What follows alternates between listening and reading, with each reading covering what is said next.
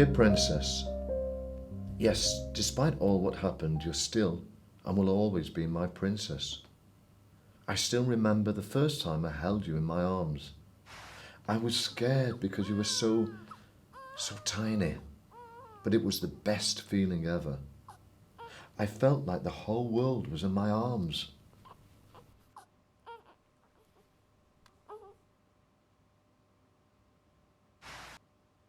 I tried to be your father and mother, brother and friend all at once. And in return, you were my daughter and my best friend. You were my whole world. Have I failed being a good father? I knew you very well that my princess is not a troublemaker. My daughter is the best and smartest lady. I'm sure that all that I did to raise her up will not vanish. Come back to yourself, daughter. You're wasting the best days of your life. The situation that you are in at the moment will make you lose your soul. I know what life is not easy at all, but this is not the solution. There are so many disappointments in life, but in order to live a balanced life, we need sorrow as much as our need for happiness, pleasure, and love. Without this stability, our world would be boring. Without sadness and difficulties, we will never appreciate the value of joy. Love your life and let your heart beat again, but this time to the right tune, to the one who will treat you like a princess and care about you.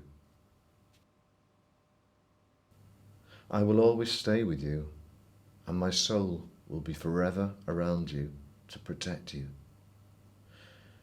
I want to see your stunning smile on your shining face all the time. I was and will always be very proud of you. I love you, my princess.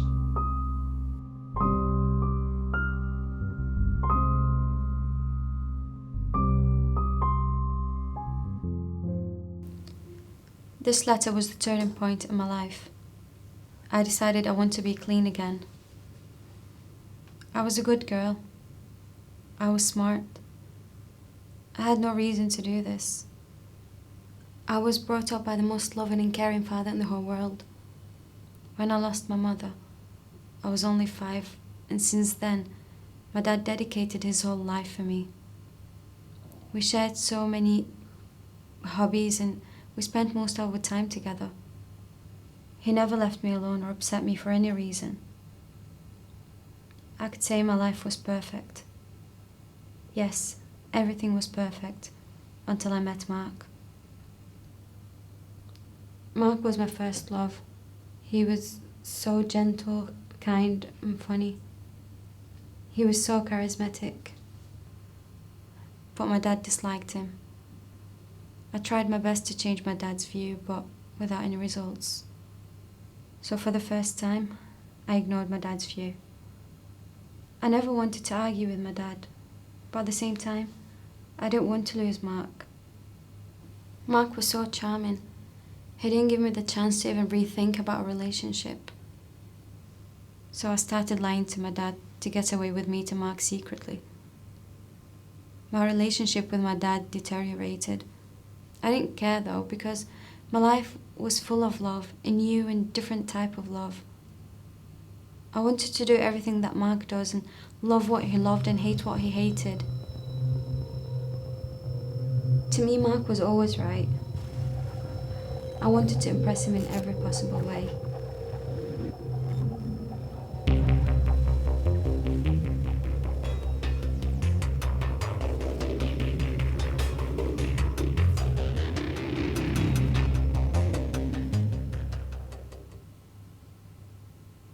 The next morning, I found myself lying on the couch between Mark's arms. I found plenty of messages and calls from my dad. He was so worried. It was the first time I'd ever slept out without letting him know. Now recalling his messages, they were full of worries, care and love. But then, I just saw them as controlling. And I wanted to be the one controlling my life, not my dad. It was the first time we'd argued this much. I was very angry and upset. I needed a boost of energy, so I went back to Mark. It wasn't long before my life became controlled by marijuana. I lost interest in everything else. I only wanted to be with Mark. My relationship with my dad was getting worse day after day. I became miserable and hopeless. I started smoking more weed as it was my only way to enjoy life and have fun. The price of the drug was affordable, and Mark was supplying me with my needs. I decided to drop college because I couldn't concentrate on my education anymore. When my dad found out, he was very angry. He started giving me lectures on the importance of education. I didn't listen to him. I felt that marijuana wasn't enough anymore. One day I was feeling down, so I went to see Mark.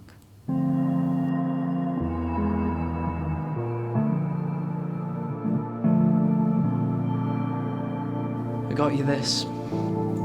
A snort of these will make you whatever you want to be. You'll be happy, joyful, and you'll be confident again. Yeah, it's cocaine.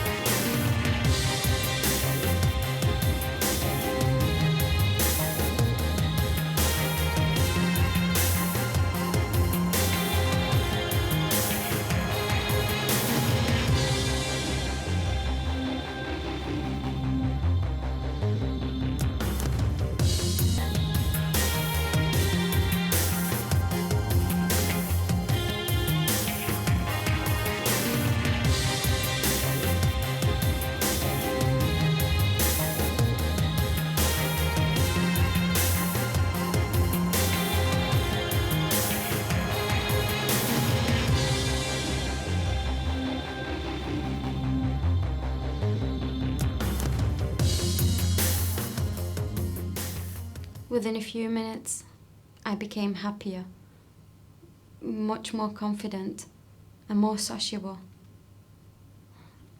It was like a boost of positive energy running through my veins. It felt amazing. But when I got home that night, I was still very high, and my dad was still up waiting for me to get home and to make sure I was safe, like he always did. When he was about to go to bed, I gave him a very tight hug. Hiya, Dad. Well, hi, Princess. You okay? I'm good. How are you? I'm just a bit tired, so I think I'll go to bed now. I know you're safe. Yeah? Okay, Dad. Okay. Night-night. Dad, Yes? I love you, Daddy. Oh, I love you too, Princess. I love you.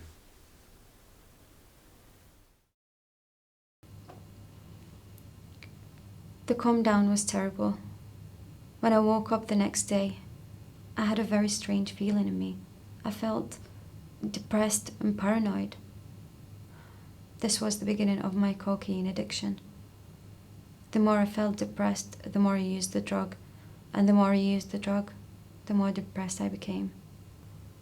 It was easy for me to get the drugs I need, as Mark was supplying me with my needs. But what I struggled with was getting the money. Although a gram of cocaine only costs £46, but I reached a stage where I used to spend between £260 to £400 a week. I spent all my savings. I even started selling my jewellery and belongings to get the money. I used different ways to get the money of my dad. and he gave me whatever I wanted just to make me happy. I tried to find a job, but I was hopeless. I stopped engaging in any of my previously enjoyed activities. My life revolved around drug use.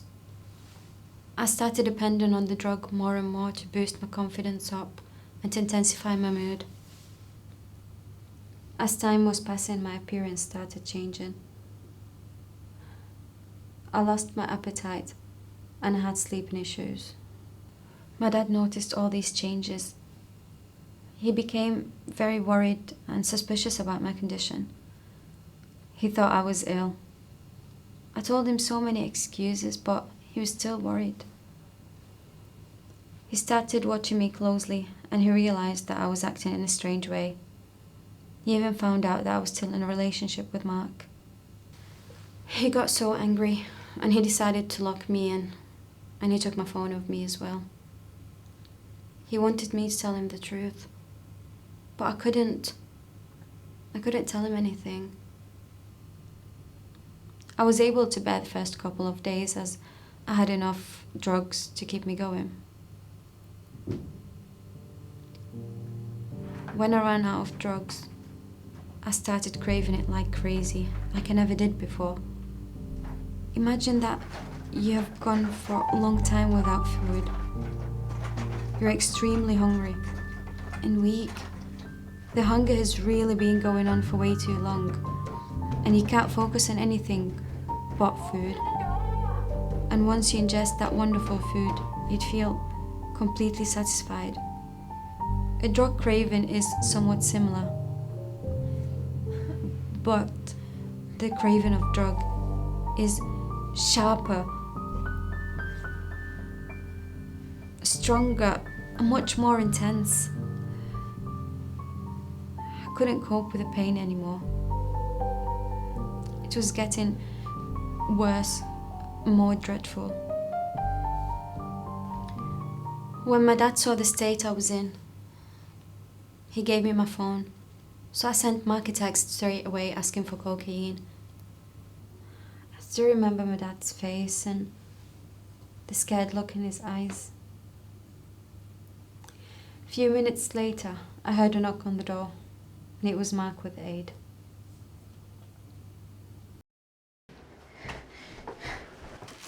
What's this? No. What is No. it? Dad, give me that bag. Dad, give me What that bag. is Please this? give me the bag.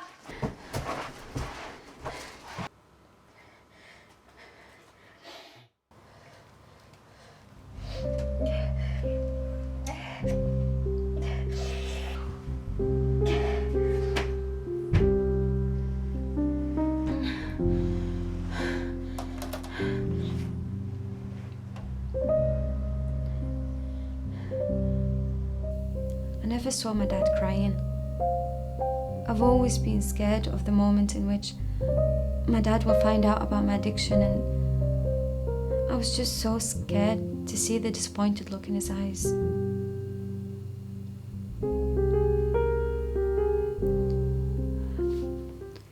I was terrified about facing him the day after. I tried to stay in my room for as long as possible, but a few hours later, he came in. He was very calm, so I had no choice but to tell him the whole story. He hugged me and he cried. He told me that he loves me so much. He tried to talk to me. He even wanted me to go rehab and to be healthy again. I insisted that I loved the way my life was going, and I didn't want to stop. We hardly spoke after that day. Every time he tried to speak to me about that issue, I just snapped in his face. I became a heavy user of that drug. My dad always seemed lost inside. He couldn't do anything to help me and stop me from hurting myself. And at the same time, he couldn't accept this fact.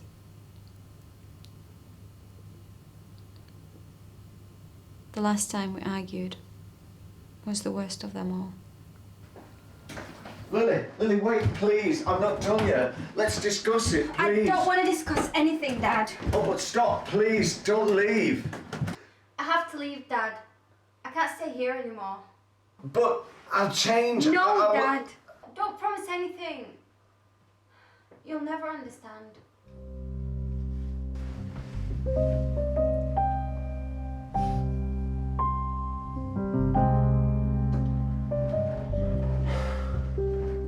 I never replied to his messages or answered his calls after that day. Cocaine has become a usual drug for me, and the effects of it wasn't as strong anymore. So Mark, as usual, introduced me to a stronger drug as a way of help. I thought it would really help me to get through life. But I was really aware that this time there will be no comeback.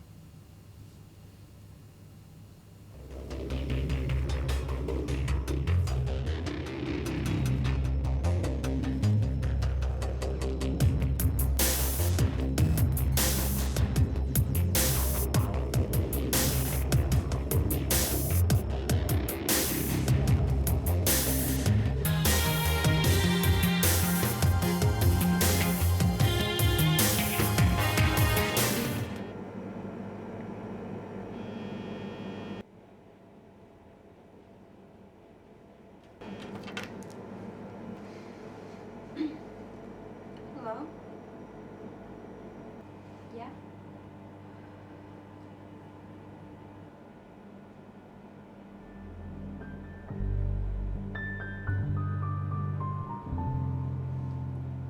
What's wrong? It's all your fault. What? It's all your fault. I hate you. Lily, where are you going?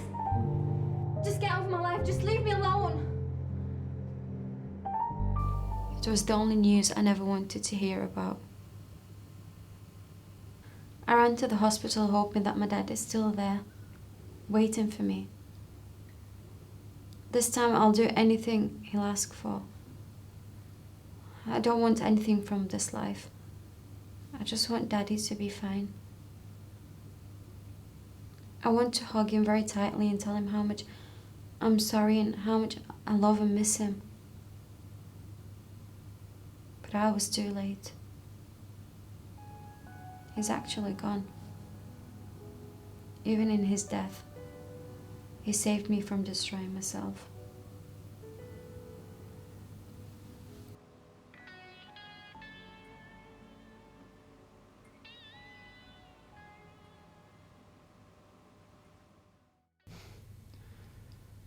I really loved Lily. And I never wanted to hurt her. But this is my life, my job. These are the cards I was dealt. Her dad was right. I never did deserve her. I never will. I just wish my dad cared for me as much as he cares for her. I just hope that one day I can maybe choose the path she did and things could be better for us. The doctor told me that my dad had pancreatic cancer. He only had few months, but he left too early. I couldn't even say goodbye. Sorry, Daddy. I'm sorry. All I was able to do was hug his spiritless body for one last time. It was the most painful feeling I've ever had. All the beautiful things had faded. Now I'm all on my own. My dad's letter was very powerful. It filled me with hope, guilt, and regret. I went straight away to the rehab centre which he left me the contact for. I told them my whole story, and they helped me to be clean and healthy again. The path was extremely exhausting and hard, but the recovery was worth it. I lost a lot to this disease, but I have become a stronger person than I have ever been. And I have the confidence knowing that no matter what pain befalls me, I can heal. Here I am today, a much wiser, determined person. And I'm in a path that me and my family can be proud of. I managed to continue my education. I have become an addiction counsellor and I'm using my experience to help others. Nothing in this life is impossible. If you have the will to do something, you can do it.